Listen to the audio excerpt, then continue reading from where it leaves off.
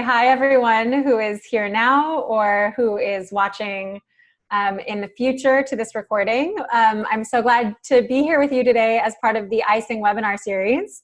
My name is Elissa Weinzimmer, and I'm a vocal health educator and a presence coach, and I'm based in Brooklyn, New York, where incidentally, I should just actually let you know, just in case anything happens, my gas just got turned on and off in my new apartment. A little bit of a confusion permit situation with the landlord. So in case we get interrupted, here I am in Brooklyn dealing with life. But anyhow, I'll try to just not even look at my phone. So I'm a vocal health educator and a presence coach. And I work with people specifically on how to optimize the use of their vocal mechanism, all the way from making sound or even the impulse to make sound, all the way through to speech and expression and communication and creativity, like really every step of the way I'm interested in. And today I wanted to focus in our webinar on movement. So kind of on an early part of the process in terms of the health and the productivity of sound making.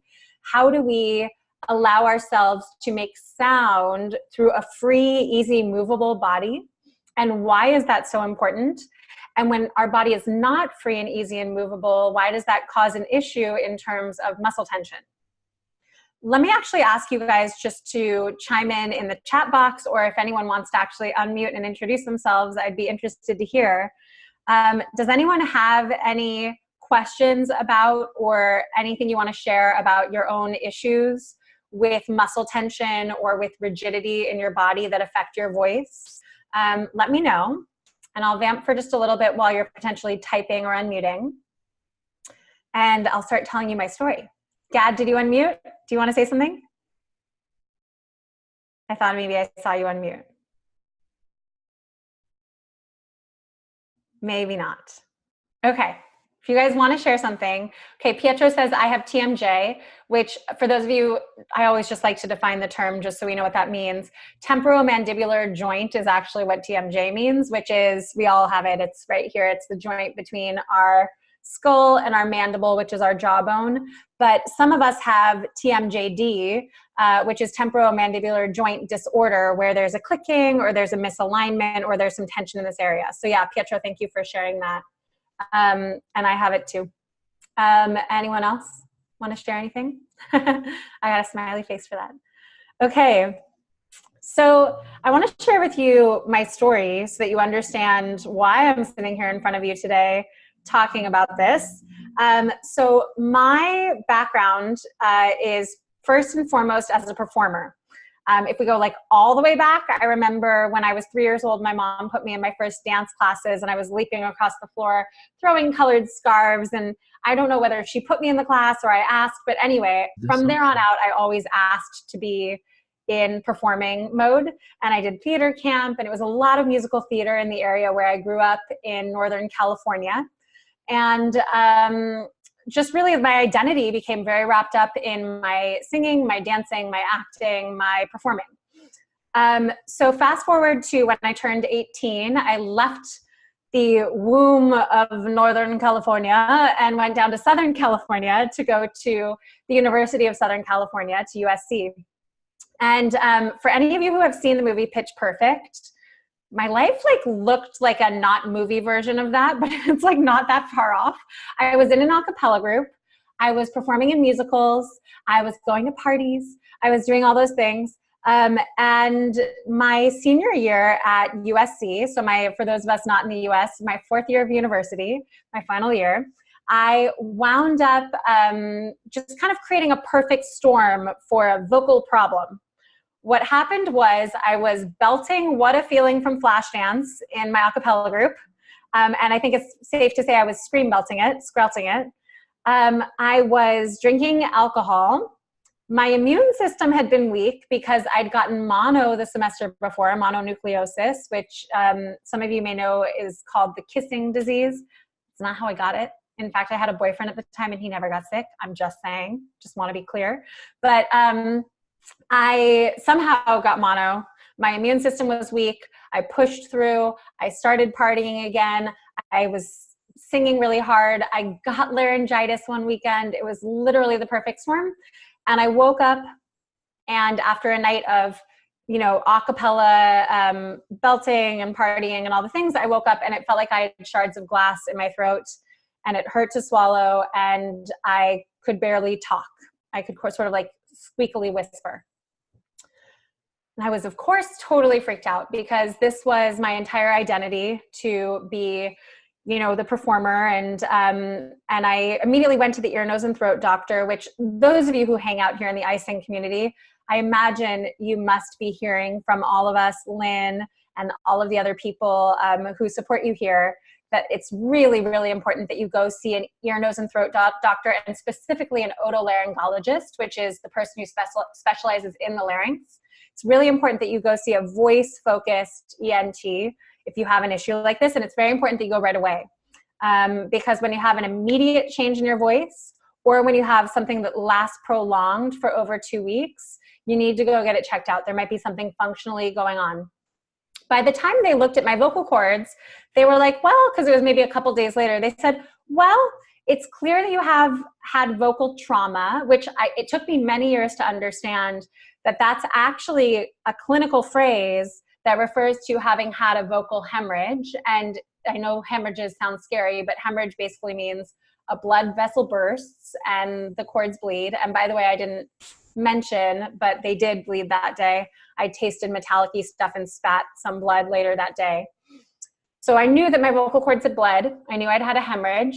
And they also said that there were signs of acid reflux, which the telltale sign of acid reflux on your vocal cords, if you're not familiar with this already, is that because the food pipe is right behind the windpipe, and of course the vocal cords sit inside the windpipe, if you have acid coming up the esophagus, up the food pipe, it can splash over onto the back side of the vocal cords, to the very back, and it can cause a little bit of redness. And they were seeing that telltale redness on the back of my vocal cords towards the arytenoid cartilages, letting them know that I was having some acid reflux. So they said, okay, Elissa, you have acid reflux and you've had vocal trauma, which to my 21-year-old ears sounded like gobbledygook, oh my God, everything's over.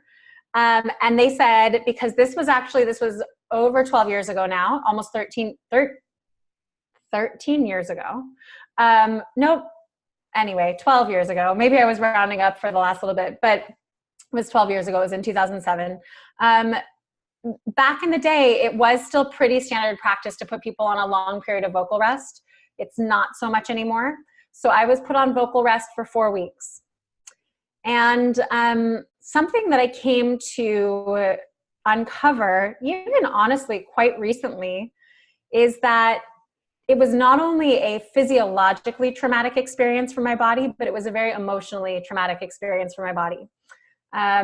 When your ability to communicate with other people in the way that is easiest and that you're most comfortable with is taken away, it's incredibly traumatic. If anyone has experienced this, perhaps you agree. And also, in addition to that, basically my profession, even though I was still a student, my profession was, connected into what was going on. So it was incredibly scary and incredibly upsetting. And I wound up, going through a period of, obviously the first thing would be a lot of depression about it, but then ultimately very slowly and methodically starting to pursue answers to the question, what happened? Why did this happen? What is this mechanism called my voice? How does it work? Why did things not work? And how can I do things better in the future? And it didn't take me too long into that process, maybe a couple years, to go, okay, I wish I had learned this stuff. I'm going to teach it. So here I am sitting in front of you. I've been running my business, Voice Body Connection, since 2011. And I work with people a lot of times just like this on Zoom, in order to work on vocal health and also on more confidence and presence with their voice. So that's my story. There was one other aspect of it I wanted to share. And by the way, I would love, since we're a small group right now, if you guys, well, and we're not that small, there's like a good group of us, but Since there's enough of us that I can manage is my point. If you want to type in the chat box and tell me if you relate to any of that, or if you have your own experience, or like I said before, your own questions about all of this, please do. Okay. There was something else that popped into my brain as I was sharing my story. So, oh, I know what I was going to share with you is that, so concurrently with all of this stuff that was going on with my voice, like I mentioned, I was a dancer from a very young age, and I've always been really fascinated with movement. And I think I took my first yoga class at the local community center when I was 13 years old. That would have been in like 1997 or 8. And yoga wasn't as big a thing then as it has now become in the West. And I was really, really excited about it. And over the course of time, both through dance and then after I graduated from my undergraduate degree at USC, I started really, really going to a lot of yoga classes. And ultimately becoming certified in yoga. And then now I'm actually in a process of becoming certified in a somatic technique called body-mind centering. If you're curious about it, you can go to bodymindcentering.com. So somatic, the word somatic, S-O-M-A-T-I-C, means, soma means body, but it specifically means the living body. So any somatic technique is something that deals with our living bodies. And it was kind of like I had these two parallel interests, one in singing and music and expression, and the other in wellness in my body and movement. And for a while, I didn't realize like quite how they went together, even though I would, be in musical theater and be singing and dancing at the same time. Over the course of time, as I started to pursue my theater studies, or really my voice theater studies, I started to realize that movement and voice are in many ways one and the same. The body, if you point to your body, like where is your voice in your body? I imagine most of us would probably point right here, right? We'd all be like, my voice is there. But the truth is your voice is there, and your voice is here, and your voice is here, and your voice is here, and your voice is here, and your voice is like in all the places on your body, yeah? Our entire being, our entire embodied experience is part of what comes through our voice, from the tip of our toes to the tip of our tongue. So it's been really interesting for me. Part of the reason my business is called Voice Body Connection is because over the years, I've really been exploring what is this connection between movement and vocalizing. And that's what I wanted to focus on today. Gad, you said I had a similar experience a couple of years ago with reflux, which totally freaked me out. Yeah. It is so disorienting to have something that you rely on threatened, right? It's really intense. Okay. Yeah. So today, I want you to be prepared to really move with me. We're going to actually get up and really, really be moving, because this is a powerful thing to be doing as a singer. A lot of times we go to this place where we're like, this is where my voice is. I need to tweak, tweak, tweak, tweak, tweak, and do all the stuff up here. But your whole body is part of your voice, okay? So here we go. Let's see. Where do I want to go next? I'm just going to consult my little outline here. So let's start with some anatomy here. So let's start with some anatomy of the spine. And I'm just going to be, the fancy teacher who goes on Google and shares my screen with you. Sometimes I create slides, but today I just thought I would do it the old-fashioned way, like I used to. So you guys might know, I hope you know, that the human body has a spine. Here's a spine. And it has a spine that has 4 curves in it. We have the cervical spine, the thoracic spine, the lumbar, and the sacral part. And then the coccyx is the fancy word for the tailbone. Now, can you tell? So first of all, if you're at all interested, there are 7 vertebrae in cervical, 12 in thoracic, 5 in lumbar, and then 5 fused vertebrae plus the tailbone in the bottom part of the spine in the sacral area. Now, can you see that there are 4 curves going back and forth in 2 directions on the spine? So this curve goes in this direction.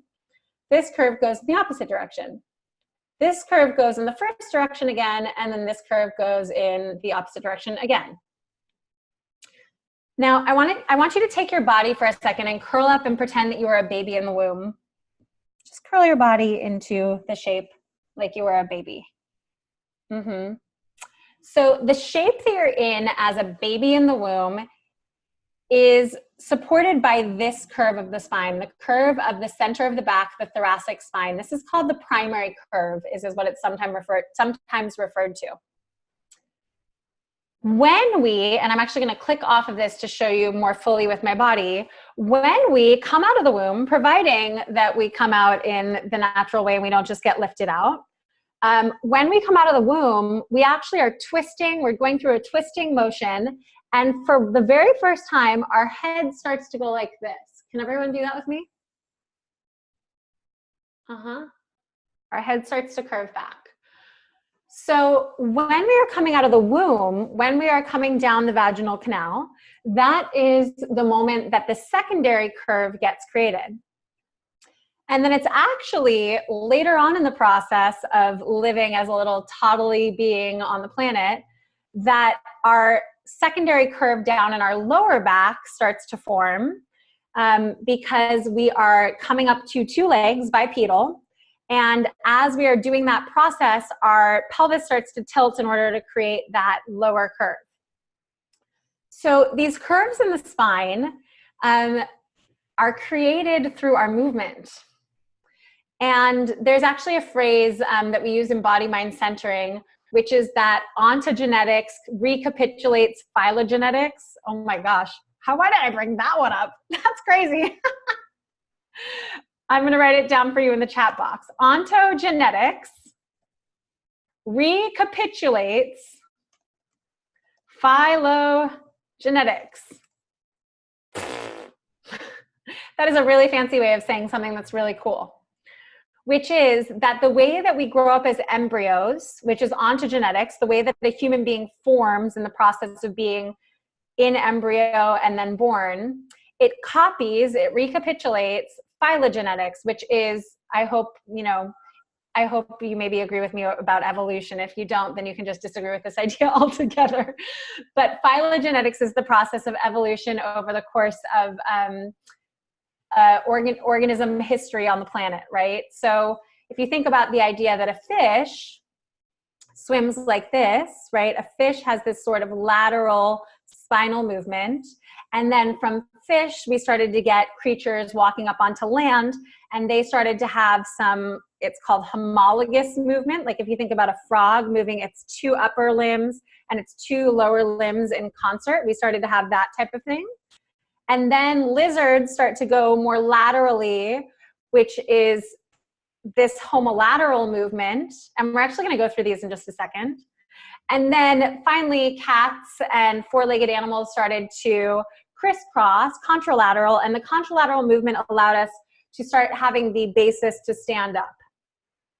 So basically, over the course of evolution, we have all of these different stages of movement that we go through, and we go through them as well from the time that we're in embryo and as we are born and growing up. When we don't go through all of the stages of developmental movement, it can actually inhibit our processing because your full body is your brain, right? Your nervous system is not just up here. Your nervous system is in your whole body. So if I'm being really, really careful about my language, yes, your brain is up here, but the intelligence that we often associate with our brain is actually in every cell of our body. So when we don't allow ourselves to embody every cell of our body, we leave behind some of our intelligence, we leave behind some of our presence. I actually didn't know I was going to go as far down this tangent as I am going. So, okay. So the spine teaches us that we need movement because the spine develops through movement. And one of the beautiful things about the spine, if we go back and look at the spine again, one of the beautiful things about the spine is that the spine is both our structure, it's our strength, and it's also our flexibility. So if you look at all of these bodies of the vertebra going along the anterior or front side of the spine, those provide the stability and the structure for you to be able to stand up in the first place and be held together and move around. Do you see how with the processes coming off the back of the vertebra, which by the way come off the back and the sides, there are back ones and transverse ones. Those processes, there's space for them to move in relationship to each other. So that part of the vertebral body is actually where we have the capacity for movement. And we need both. And in most somatic techniques, and certainly in body-mind centering, which is my lens for sharing with you, we talk about the concept that structure precedes movement. Here's another big one we can put on a chalkboard, right? Structure precedes movement. If I don't have the structure, the integrity of my system, then I cannot move. But the paradox is, if I lose the movement in favor of only structure, I lose my flexibility and my ability to be expressive and free and genuine and authentic. So we need both. The structure, if you want the answer to the chicken or the egg question, the structure does precede the movement. I need the integrity of my system first before my system can move through space. But the integrity of the structure is not intended for me to just sit in one place and never move. The idea is that I then go into the world and move through space with my expression, with my voice, with my body, etc. How's this all landing for everyone right now? Anyone want to type anything in the chat box or unmute? We've gotten a little bit theoretical so far about the body. All good, says Pietro. Awesome. Okay, great. So let's actually go through these movement patterns. Let's kind of learn about the fundamental movement patterns in our body. So go ahead and step back and stand up if you can. Like I said, we're going to be doing lots of movement today, which means I'm going to the microphone on the main computer and unplug my special mic. And we're going to stand up and step back. And I want us to just play with the possibilities of the directionality of movement in our body, okay? So remember we talked about the fish. We talked about the most primary movement of the body. So I won't make you lie down, belly down on the floor, but I want you to imagine that you are a fish trying to move through the water. And just let your spine move around. So do you notice I'm not actually, and I'll tilt the camera down a little bit so you can see more. Do you notice I'm not actually moving my limbs much yet? I'm just really moving from my center, from my spine. What are all the different ways that you can move your spine around? And as is my inclination right now, feel free to also just sigh out a little bit of sound while you do this. Initiating movement from the spine.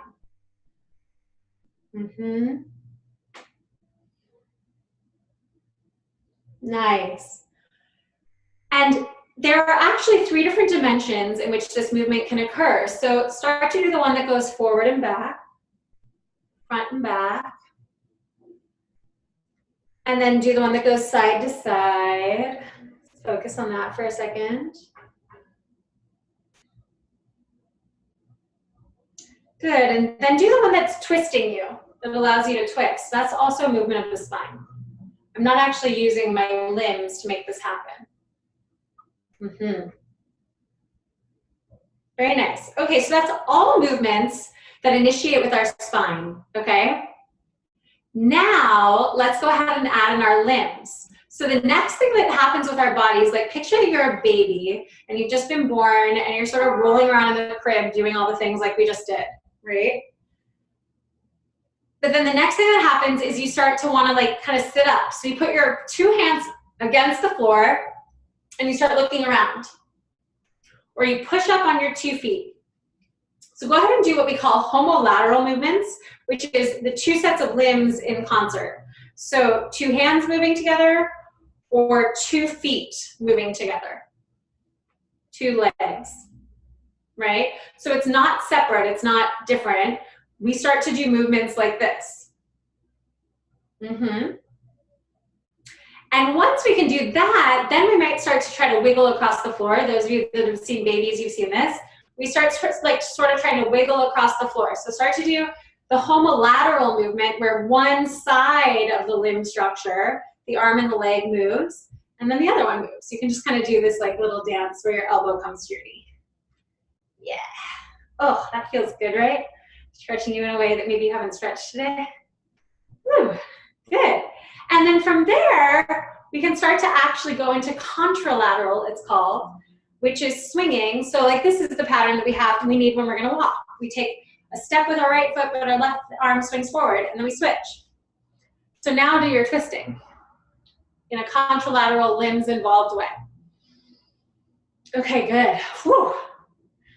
Amazing. So do you see how many different patterns, really all I want this to do for you is like wash over you and feel and notice how many different patterns and how many different possibilities for movement there are, how many different directions of movement can happen. There's so many possibilities for movement. The entire space around you wants to be moved into, yeah? Okay, great. Now the question is, how does this make its way up into the vocal mechanism area? So come have a seat with me and we'll just look at a couple more pictures. So let's first stay on the bony layer. Let's come back to, hold on, I'm gonna pull up the right image that I wanna share with you. Let's come back to our images, but let's actually, instead of just looking at the spine, let's go ahead and look at the whole skeleton.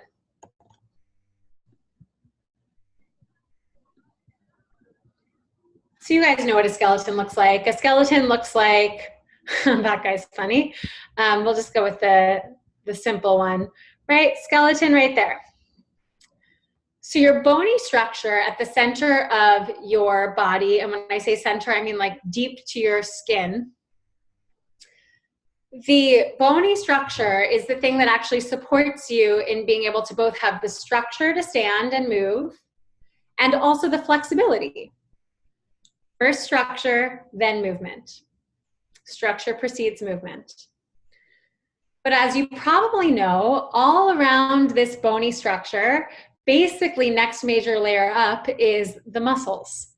So what do the muscles look like? Let's look at some muscles. Okay, there's our stereotypical dude with all of his muscles, right? So many different muscles there. Big muscles in the legs, big muscles in the abdomen. Those are useful and important to us as singers. Muscles in the arms, pecs, there's all this stuff on the back. And then I want to zoom in on this area right here, okay? So I'm actually gonna show you a picture that I had an anatomical artist do for me, which zooms in on that area.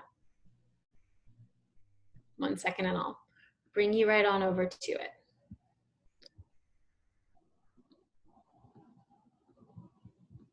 Okay, so here's what the muscles inside the throat kind of look like. Now, if you want to just have a general impression of this area of the body, what you might be able to tell is that these are not big, bulky muscles anymore, like in the legs or the arms or the torso. These are small muscles. Now, all of the muscles of the body are meant to create and allow for movement. Essentially, like look at a muscle right here. Look at the thyrohyoid. That's the fancy word, fancy name of the muscle that goes from the thyroid cartilage of the larynx up to the hyoid. Can you see how the fibers are going up and down? Well, if the muscle contracts, if those fibers shorten, it's going to raise the larynx, because that's actually the more movable part of the whole structure. It's going to raise the larynx towards the hyoid bone. It may also sort of pull down on the hyoid bone a little bit. If it releases, it's going to return back to its resting shape. A muscle only does two things. A muscle contracts and it releases. It contracts and it releases. That's all a muscle does. Now, if we go back to thinking about those larger muscles in the body, like the muscles in the abdominal wall, the muscles in the legs, like the big ones, the quadriceps, the hamstrings, those muscles might be somewhat contracted at all times because they're functioning posturally in some way. They're trying to move the skeleton into a shape that the skeleton can support us so that we are able to stand, we are able to walk, we are able to move through space. It is normal for there to be a certain amount of integrity or engagement in the muscles for postural reasons. But up here in this part of the body, these are not really meant to be postural muscles. They're just too small. Can you see how they are meant to be dynamic muscles that move things around? They're meant to be like levers that when they contract, they move something closer to, and when they release, they let it go further back away. These muscles are not meant to be, and these, by the way, this group of muscles here is called the strap muscles, that I like to say strap the larynx in place is a nice way to think of it.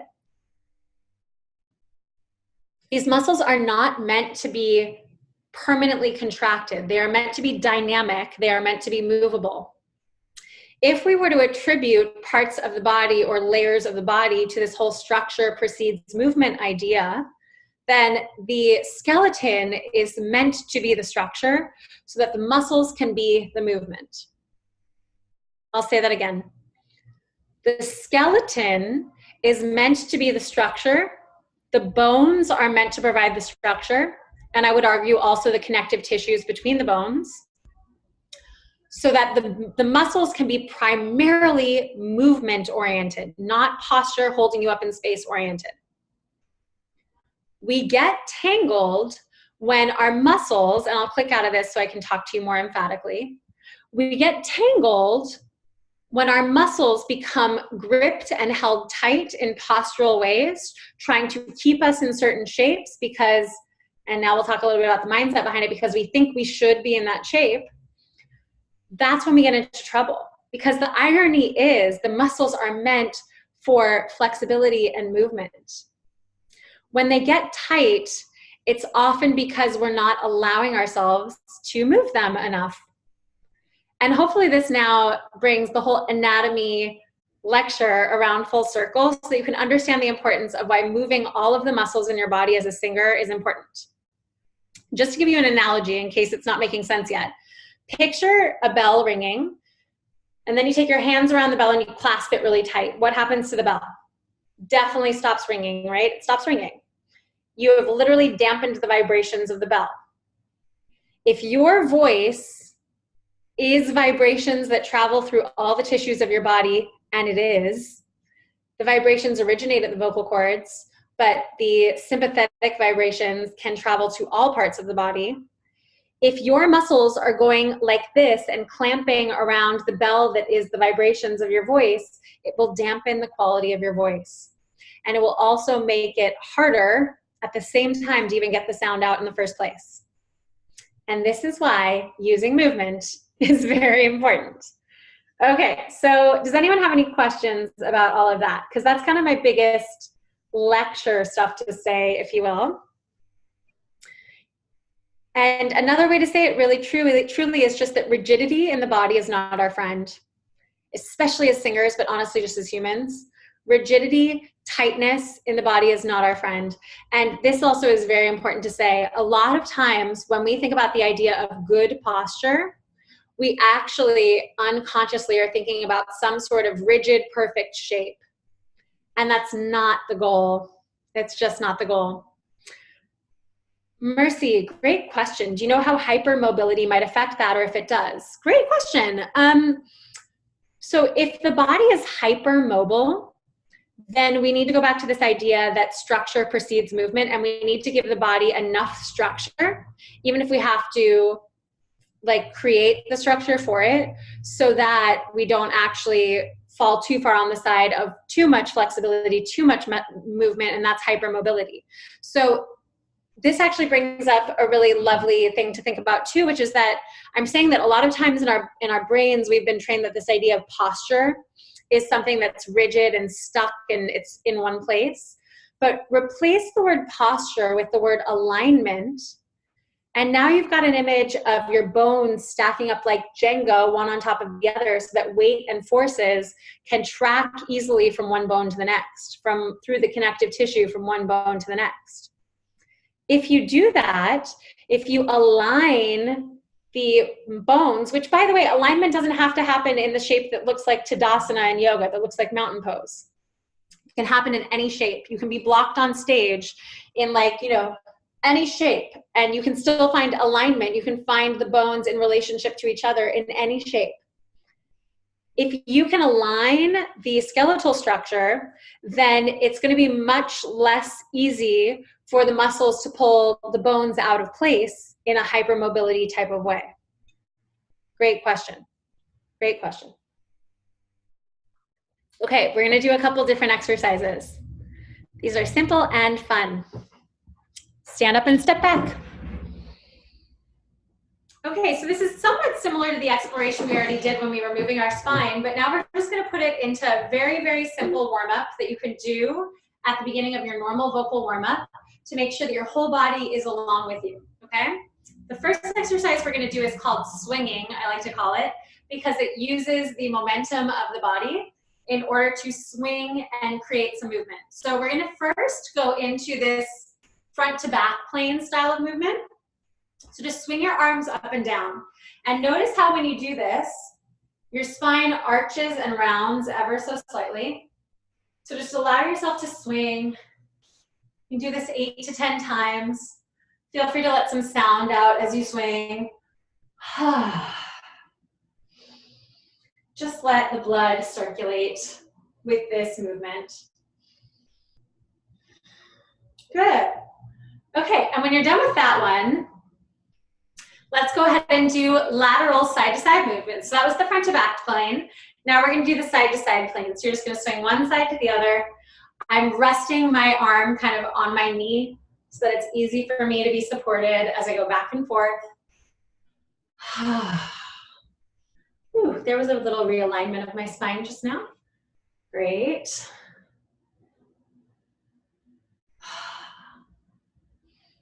Awesome.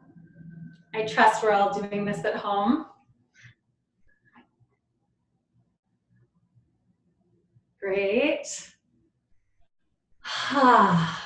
Good. Okay, and that's probably enough of the side to side. And now here's my favorite part, is the twisting part. You're gonna bring your arms up and out, kind of like, we call this the helicopter, right? So your arms are in a T shape by your sides at the level of your shoulders. You're gonna twist and look back over your shoulder, come back to the center, and then twist and look back over the other side. So just basically twist and twist and twist. And do look at a spot on the wall behind you so you don't get too dizzy, because that can happen. Just look at a spot on the wall behind you. Twist and twist, twist. Good, let's do a couple more.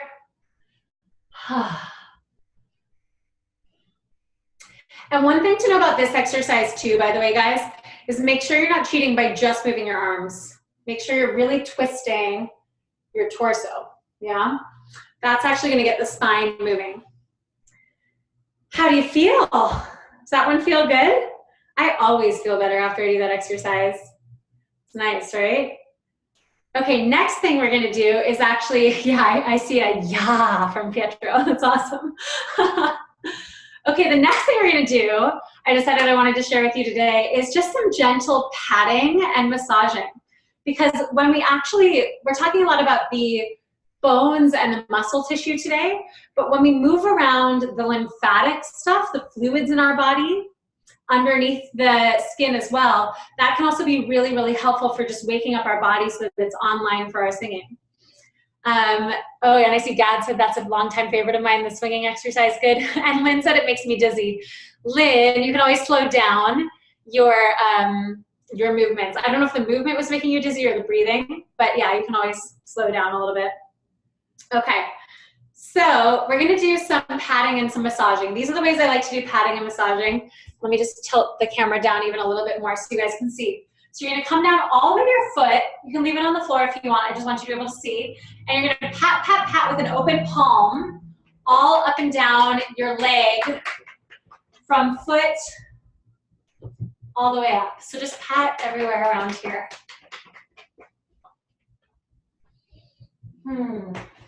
Good. And when you feel like you've sort of woken, I think that's the conjugation of that. When you feel like you've woken everything up from the patting, switch to massaging, which you can massage a little bit more in a lymphatic way where it's more surface, if you just want to get fluids moving around, or you can massage a little bit more deeply on the muscular level. Good. And this is going to get you connected to the earth, so really work on your foot a little bit too, top and bottom. Good. And then do the other side. Pat, pat, pat, pat, pat, all up and down your leg. Wake up, body. Wake up. Nice. Pat, pat, pat. And then massage. Switch it to a massage.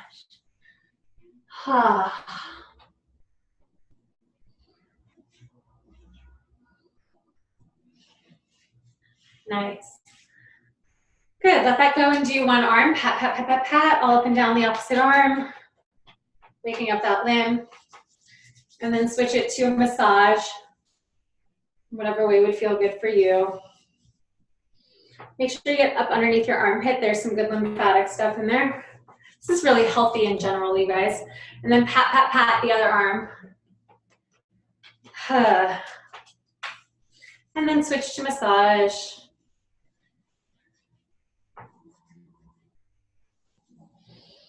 Very good, up under the armpit. Good, and now the other place I really like to do to wake up movement for breathing is just tilt over to one side, kind of like we did before in the swinging exercise, and pat the opposite side of the rib cage. And feel free, just because it's fun, Tarzan style, to make some sound. And then switch to massage. Get the front and side of the rib cage to the best of your ability. Good, other side. Pat, pat, pat.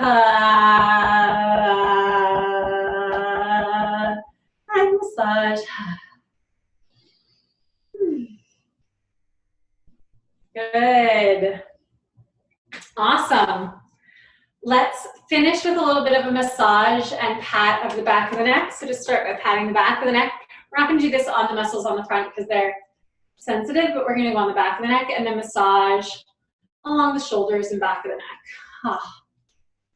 Good.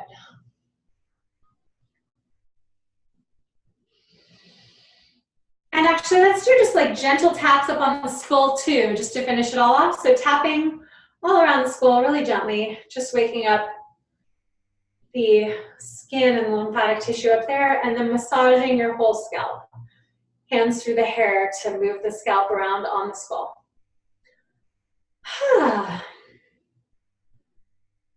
Good. How do you feel? Good. Let's just have a seat for a second. We're going to do a little bit more movement and stuff, but there's just a little bit more conceptual basis for what we're doing right now, which is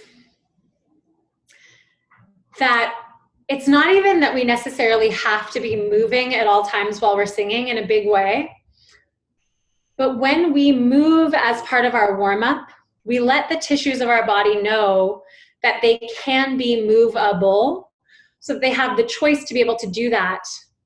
So we basically we create the possibility of the movement through our warm-up so that we can actually follow all the pathways that we actually have the impulse to follow, as opposed to being blocked.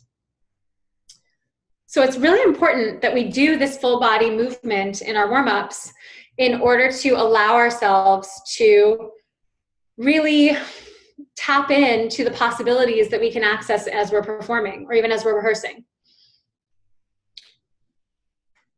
The other thing I want to say about all this is ties into this question that I mentioned in the description of this webinar, which is like, how do you modify yoga or dance or these art forms that already exist around movement? How do you modify them to be useful to you as a singer?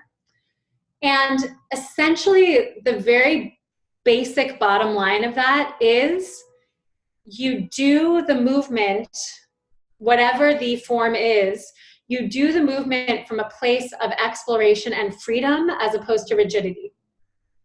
So even, why don't we stand up in a second and we're gonna do a sun salutation.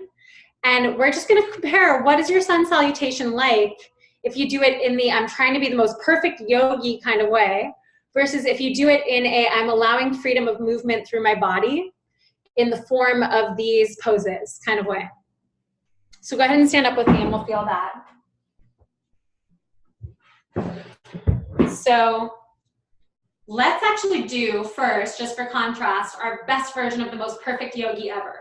So you're gonna inhale, reach your arms up overhead. I felt my back muscles lock up as soon as I did this. Exhale, forward fold, hands on the shins. Inhale, look up halfway, lengthen the spine, as the teachers will tell you, lengthen your spine. Oh, some of them might even tell you to make your spine straight. And then you curl your body in and you're gonna be the most perfect yogi. And then you inhale and you stand up as tall as you possibly can. And can you feel how your breathing is restricted? And then you exhale and bring your hands by your side. Okay, good. Now, instead, do the same pattern of movements, but with curiosity and exploration, and this idea that the skeleton in the center of you is the structure that allows for the freedom and the movement of the muscles around it. So we inhale, we reach up. We allow for flow and movement through the muscles. We exhale, we come forward and put our hands on the shins. We inhale, we lengthen our head forward and look up towards the wall in front of us. We exhale, we forward fold. We're allowing for freedom of movement. And we inhale, we bring ourselves up to the sky. And exhale, hands by the center. What you do is not as important as how you do it. I'm teaching a class right now where I say this every day of class. What you do is not more important than how you do it. The form does not necessarily indicate rigidity. A form is simply a shape we can step into in any quality that we choose. So how do you choose a quality that both embraces the paradox of structure and movement? How do you find enough movability inside the structure? And I also promised you that we would talk about this concept of what do you do when you're feeling like tense in the middle of a gig and you only have a second to reset? Well, you're gonna do a version of actually exactly the exercise we're about to do, which is you're gonna do something that feels good. You're just gonna ask yourself, if I paradigm shift over to what would feel good right now, what are my muscles asking of me, where do they wanna move? You just quickly do something that feels good. So maybe you're doing your your normal, you're doing your wedding gig and this is your movement normally on the song, but you're starting to get this really tense sternocleidomastoid situation. What would feel good for your sternocleidomastoid right now, even though you're belting Tina Turner?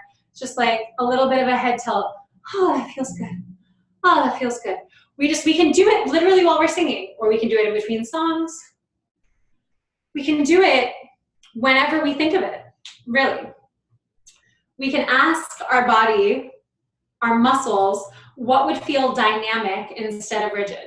And we can do that. Okay, so the do what feels good exercise on a larger scale is that you just move in a way that would feel good. And the prompts that I like to give myself are like, body, what would feel good right now? And just start a repetitive motion, which is something that would feel good for your body. It doesn't have to look like mine. And do it as long as it feels good. And then as soon as you start to feel another place of like lack of mobility and movement, and your body lets you know something else would feel good, do the other thing that would feel really good. Oh, that's so good. And this, my friends, is the way to navigate movement in general. Really, I could teach you all the exercises in the world, but the only exercise you actually need is asking your body what would feel good. Do what feels good. You just do what feels good. Okay, I wanted to choose a song for us today that I thought would be really, really fun for our movement dance party free form situation. So I think this is something that we can uniformly rock out to. You guys ready? You know where I'm going.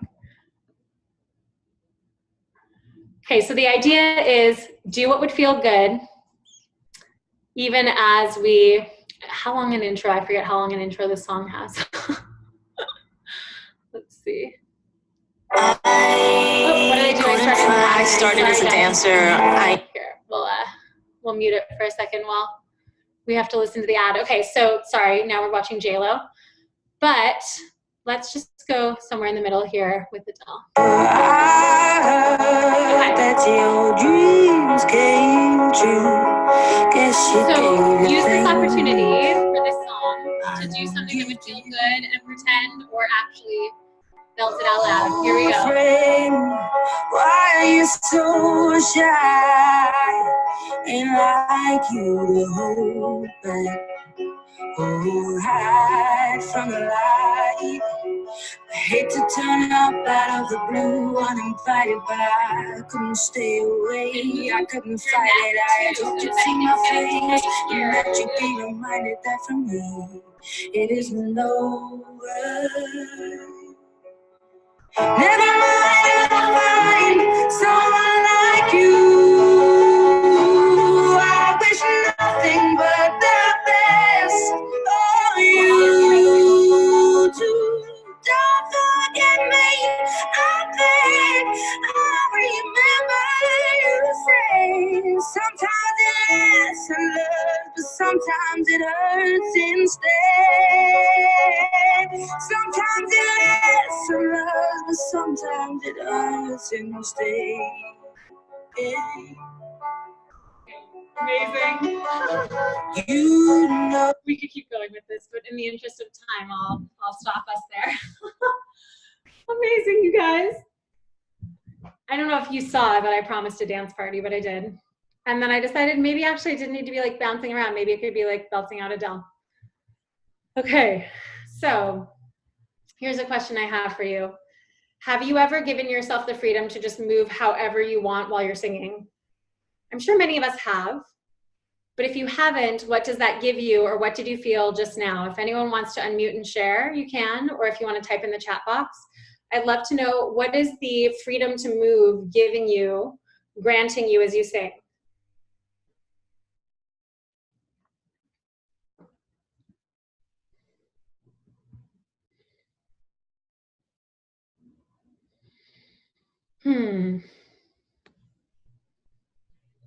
Okay, I'm not hearing too much, but what I assume is going on is that when what happens for me is any unconscious place where the muscle might go into contract and stay contracted mode, when I start to move in a way that feels good while I'm singing, in whatever way, it could be a specific repetitive pattern or just all over, it allows that muscle to know that it doesn't have to grip and stay gripped. It can release, and then we can be more dynamic. Yeah, so Lynn says, my voice felt free.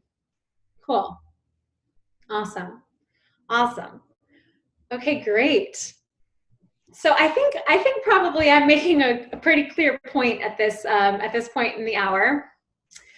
But let me just open it up now for any questions that you guys have for me, any Q&A, any sharing you want to do. If you don't have anything like that, that's totally fine. But if you do want to share anything, or if you have any specific questions, now is the time. I'd love to answer them.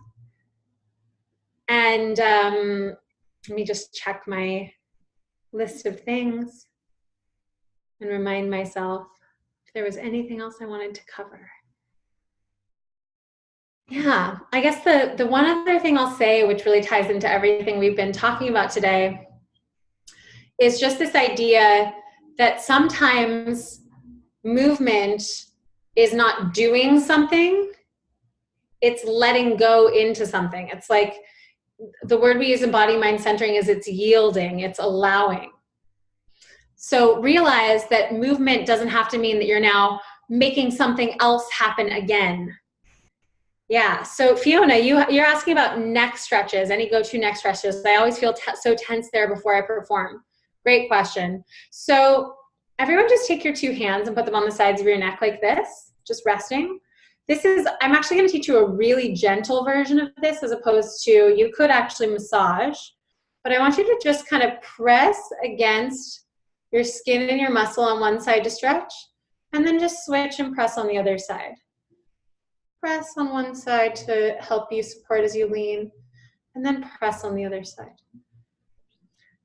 Press on one side, press on the other side. Press, and it's almost like you're like a piece of seaweed going back and forth in the water. Your cervical spine is going side to side. So you may notice, Fiona, that I didn't give you like I do teach exercises like this, but I didn't give you a like, do this and now do this and now do this and now stretch this, right? It's not that kind of exercise, because the paradigm shift is, if we're trying to soften, then we got to do it with softness, right? So really the tack I wanted to take today with this webinar is like, how do we allow movement that frees us up? How do we go through the movement of our everyday lives and our exercise processes? How do we go through it in a way that frees us to be more movable and more easy, as opposed to making something happen? So I really love that one. And also the 3 exercises that we did today, the do what feels good, the swinging and the patting and the massaging, those 3 exercises are all part of a YouTube series that I have called How to Warm Up, and it has a handful of neck stretches in it too. So I will send you the links for those guys, I imagine, through Lynn. And if you want to look at the entire playlist on YouTube, it's called How to Warm Up. If you type in How to Warm Up Elissa, E-L-I-S-S-A, you'll find it. Okay. Yeah, Lynn, I love that you love the idea of letting go into movement. Yeah, it's very like watery. Movement can be a very watery thing. And believe me, water is not my normal element. I mean, maybe it's the reason I surrounded myself in blue today. We have to let ourselves, some of us are not naturally watery and flowy. We have to let ourselves be flowy, but letting go into movement is really helpful, for sure. You're welcome, Fiona. Okay. Let me just give you a little bit more information about how you can reach me if you guys have any questions or want further support. So when it comes to like the cricky, all the specific exercises, yes, I do teach that. I actually met Lynn and got connected to Ising through my collaboration with my former professor, David Lee, who came up with a concept called vibrant voice technique, which is vibration for your voice. If you're having really strong muscle tension issues and that feels like an issue for you, then doing those specific exercises can be incredibly helpful. And I actually have a new program that I just started a month ago called Release Your Voice, in which I'm really going deep into specific muscle tension issues.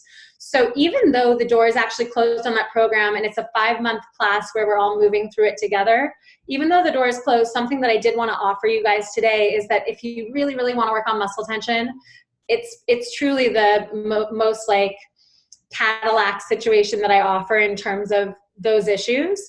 And if you send me an email, or if you go to my website, voicebodyconnection.com, and then go down underneath the services tab to the group coaching page, you'll find all the information about it. And if you apply, I would be happy to let you guys in late and let you catch up, okay? So that's an option. And then also, I just wanted to bring your attention to, because this has been the case for a while, that you guys get a discount off of my pre-recorded online courses, which are, you guys get a 20% discount. Oh, and Lynn put the link in there. Perfect. Thanks, Lynn. It's voicebodyconnection.com. And the info about Release Your Voice, the group coaching program, is under the services tab, and it says group coaching. And then if you go into the goodies corner of Ising, you have a 20% off coupon code either for my How Your Voice Works class, which goes really deeply into the anatomy of the voice, sort of like we were doing earlier on in the session today. Really helps you understand the machine, so to speak.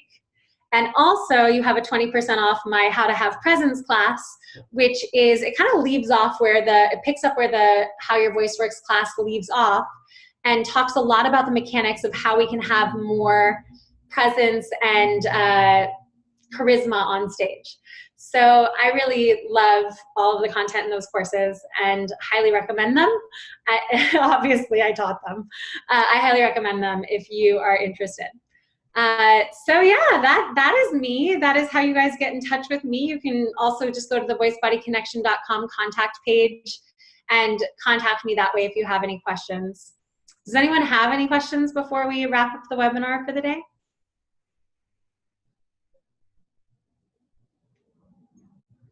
Okay. Thank you. I'm so grateful to have spent this time with you all. And it looks like, yeah, everything was okay as far as the building situation. Wish me luck with that. And thank you all for being taking time out of your Tuesday evening to join me. Yay. And Gad says, I liked the bell analogy and the idea of alignment versus posture. Yay. Take it, Gad. Run with it. I love it. Awesome, guys. Thank you so much.